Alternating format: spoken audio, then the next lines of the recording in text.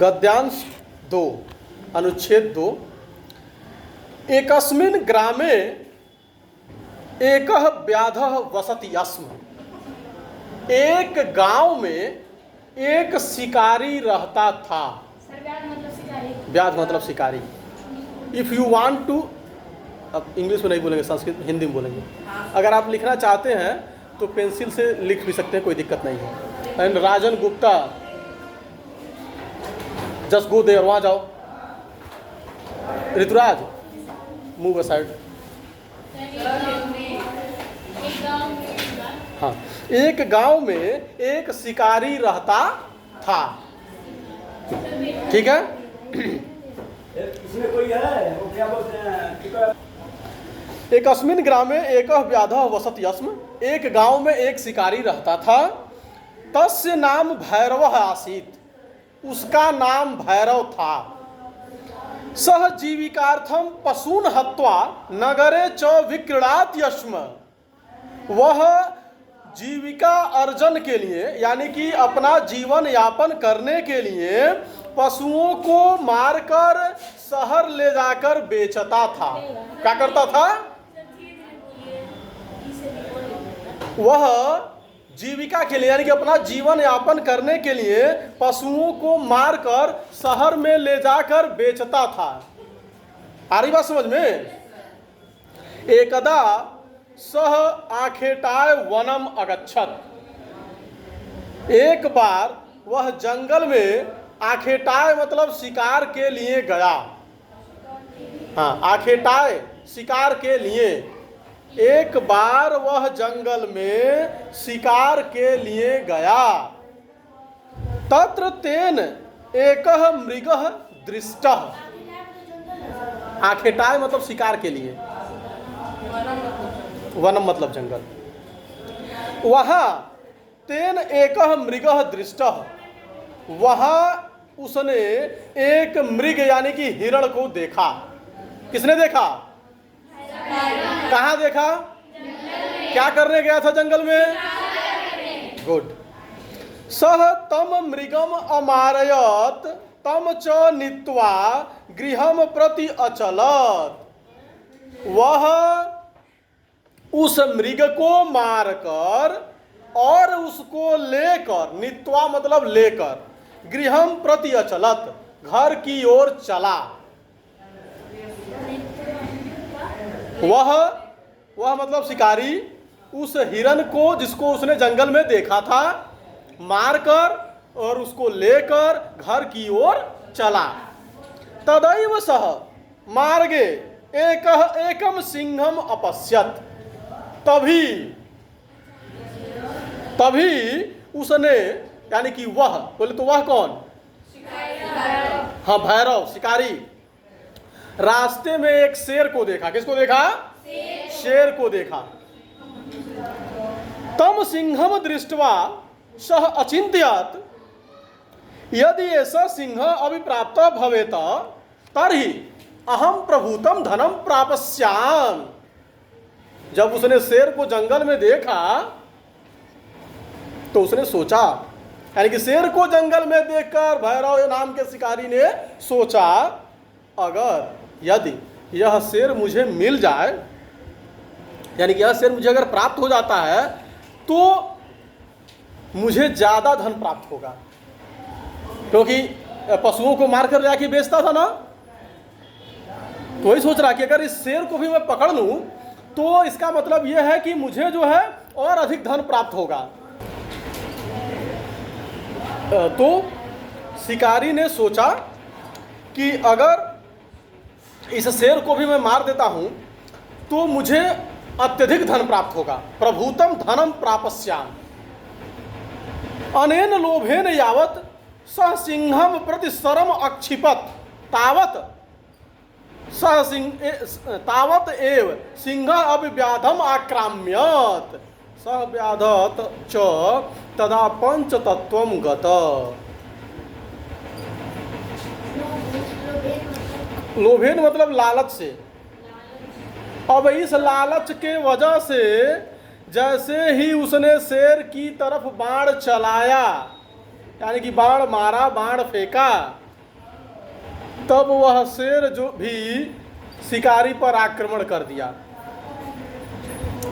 और जरूरी तो है नहीं कि एक बाण चलाएं तो लगी जाए या एक बाण में शेर मरी जाए, और शेर को मारना तो इतना आसान है नहीं।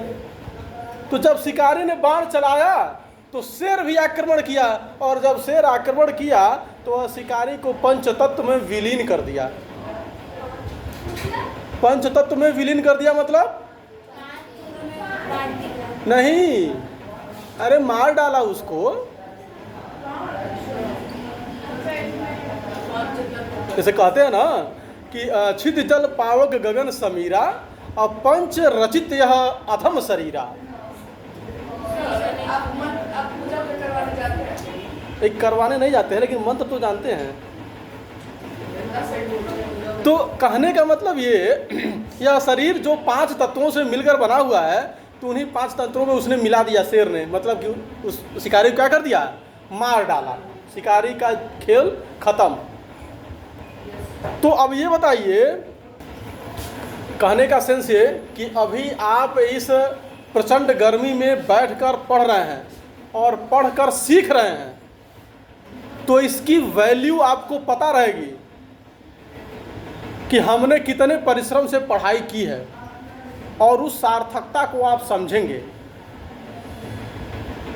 जैसे थोड़ा सा फीस बढ़ाकर देने से और सारी चीज़ें एयर कंडीशनर हो जाएं और उसमें बैठकर पढ़ें, यस, तो क्या है कि हम थोड़ा सा आसान जीवन जिएंगे, लेकिन जब सारी सुविधाएं हमको प्राप्त होती हैं तो हम अपने प्रमुख उद्देश्य को आसानी से पूरा नहीं कर पाते हैं। जैसे किसी स्टूडेंट को, यानी किसी बच्चे को उसके माता पिता, जैसे उसने बोला कि मुझे 5,000 रुपये की आवश्यकता है, उसके पिताजी ने उसको 6,000 रुपया दे दिया। इट मीन्स ये कि मैक्सिमम टाइम ऐसा होगा कि वह लड़का उस पैसे का दुरुपयोग करेगा। लड़का मतलब लड़का हो या लड़की हो, वह बच्चा उस पैसे का दुरुपयोग करेगा। मैक्सिमम टाइम, केवल 0.1% चांस है कि उसका वो सदुपयोग करे।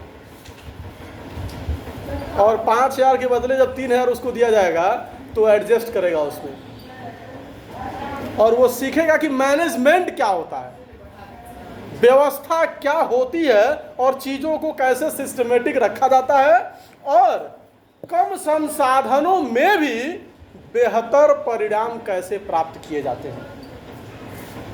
ये कहने का मतलब, बात समझ में आ रही है? चलिए, एक पैराग्राफ बहुत अच्छा है, इसको भी पढ़ लेते हैं। Paragraph number 3।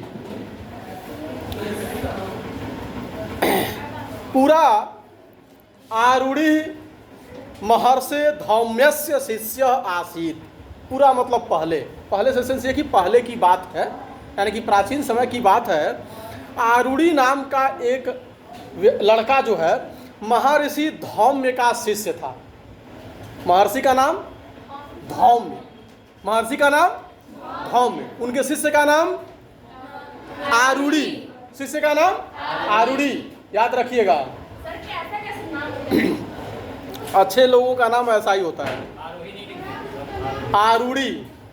सह विनम्र आज्ञा पालकश्च आसीत। वह विनम्र और आज्ञा पालक था। कौन? आरूढ़ी, आरोही नहीं, आरूढ़ी, यानी कि बहुत ही विनम्र सज्जन लड़का और अपने गुरु के आज्ञा का पालन करने वाला। एकदा ऋषि तम मध्याह्ने आश्रमस्य निकटे एव केदारेषु जलसेचनाय प्रेषयत्। एक बार ऋषि ने दोपहर के समय में आश्रम के पास ही समझिए कि खेत, तो खेत में सिंचाई के लिए आरूढ़ी को भेजे, यानी खेतों की सिंचाई के लिए आरूढ़ी को भेजे। आज्ञायाः पालनम कुर्वन् आरूढ़ी केदारं प्रति अगच्छत। यदा सह केदारे प्रणालिकया जलं प्रेषयति तदैव केदारस्य तटबन्धः भग्नः जातः। तो जब खेत में जाकर आरूढ़ी खेतों की सिंचाई कर रहा था, तो जैसे खेतों में मेड़ होते हैं ना, मेड़, तटबंध, तो वे मेड़ जो है, तो वह मेड़ जल के प्रवाह से टूट जाता था। मेड़ जो है जल के प्रवाह से टूट जाता था।